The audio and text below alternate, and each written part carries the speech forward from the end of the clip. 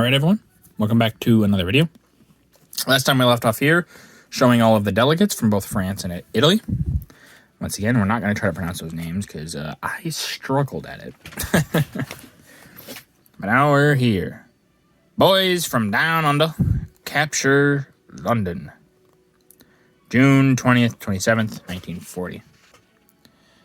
Anzacs arrive in England. Towards the end of June, the first considerable contingent of troops from Australia and New Zealand landed in the old country to prepare for active service by a period of intensive training.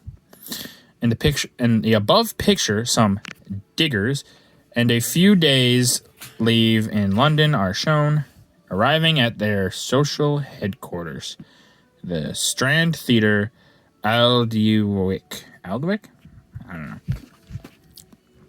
Queen Elizabeth greets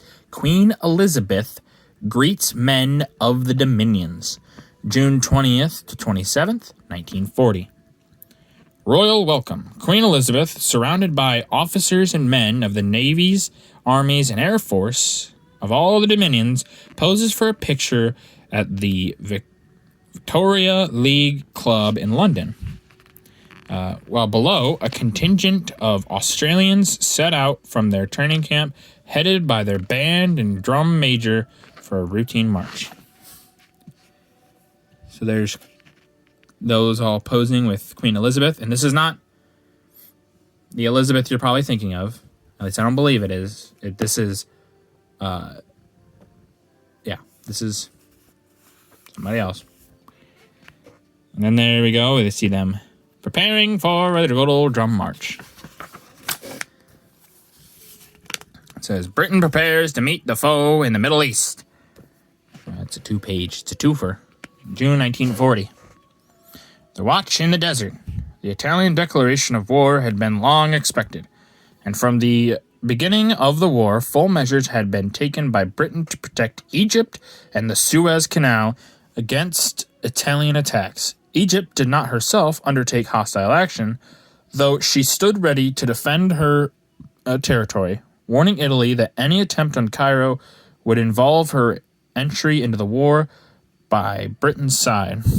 The Red Sea coasts and the deserts were ceaselessly guarded by British troops, aided by New Zealand, India, and Maltese contingents.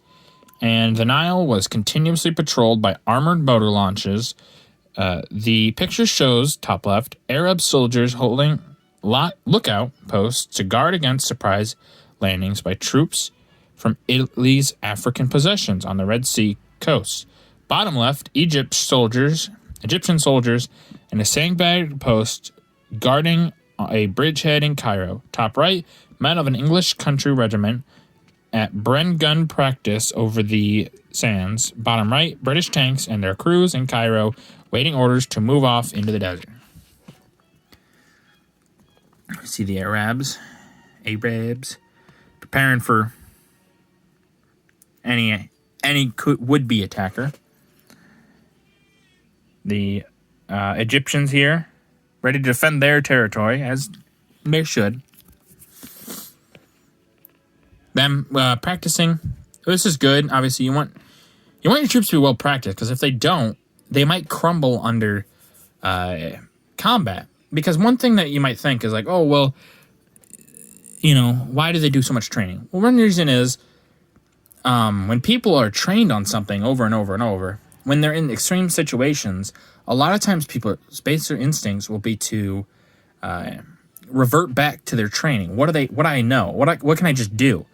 Well, if you have trained them very well, they'll just go back to this and be prepared. Like, okay, I know what to do. I can do this. And they'll turn off their brain from thinking and then just go on instinct, which is what you want, so that they're not overwhelmed and could potentially make horrible mistakes. And then here we see that British tank contingent ready to head out when needed. Oh, man, this is another twofer. No Germans intensify air raids on England. June 1940. Targets of the No German bombers. After the capitulation of France, the German Air Force, no longer confining itself to coastal operations, greatly intensified its attacks on Britain. And from June 18th onwards, numbers of enemy planes crossed the coast almost nightly. But the people of England were completely unmoved by these attacks. Material damage and casualties were surprisingly small, and RAF fighters and anti-aircraft guns disposed of a heavy percentage of the attackers. In the first week of regular raiding, at least 12 bombers were shot down, and a number more accounted for by anti-aircraft guns, an indication of the amazing response that would be made to bigger attempts to come. The South Coast village, church left, set on fire by incendiary bombs in one of the first raids of the series is receiving attention from the local AFS, while in the picture above is shown all of the remains of a London apartment house after a German raid at night in which numerous persons lost their lives as they were trapped in the debris. Here we see the AFS. They're doing their best to put out that fire of that church that's just been obliterated. And these poor people, how many probably suffered in there because of some madman's intentions?